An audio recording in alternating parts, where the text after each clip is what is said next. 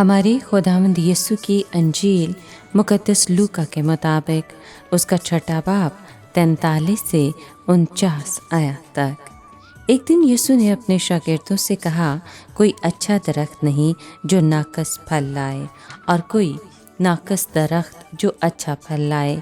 बस हर एक दरख्त अपने फल से पहचाना जाता है, इसलिए कि लोग खारदार झाड़ियों से अंजीर नहीं तोड़ते और न झड़बेरी से अंगूर।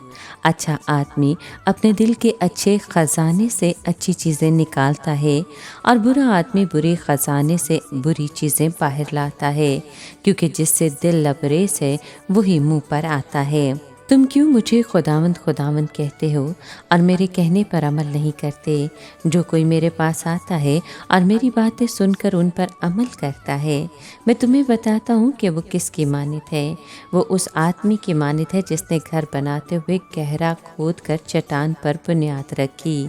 जब रू आई तो धार उस घर से टकराई, मगर उसे हिला न सकी, क्योंकि वो अच्छा बना हुआ था। लेकिन जिसने सुना और अमल न किया, वो उस आदमी की मानित है जिसने घर को बेबुनियाद बनाया और धार उससे टकराई। तब वो फौरन गिर पड़ा और उस घर की बर्बादी हौलनाक हुई।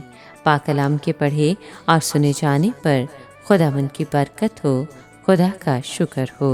अजीज दोस्तों, आज के कलाम में हम दरख्त और फल की मिसाल सुनते हैं। दरख्त के फल के अच्छे या बुरे होने का इन्हिसार इस बात पर है कि वो दरख्त खुद कैसा है।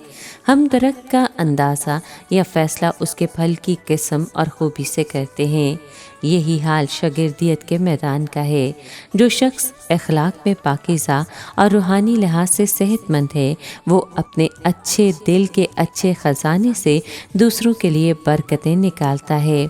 इसके बरक्स जो शख्स बुनियादी तौर पर नापाक है, वो बुराई ही पैदा करता है। खुदावंद अपने शागिर्दों को बताता है कि तुम्हारी खिदमत किरदार की खिदमत होगी।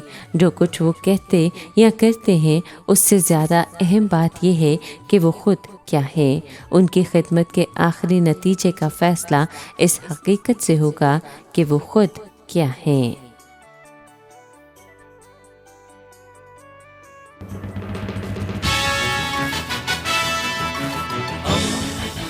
दोस्ती का पैगंबर, रेडियो वेरितास एशिया।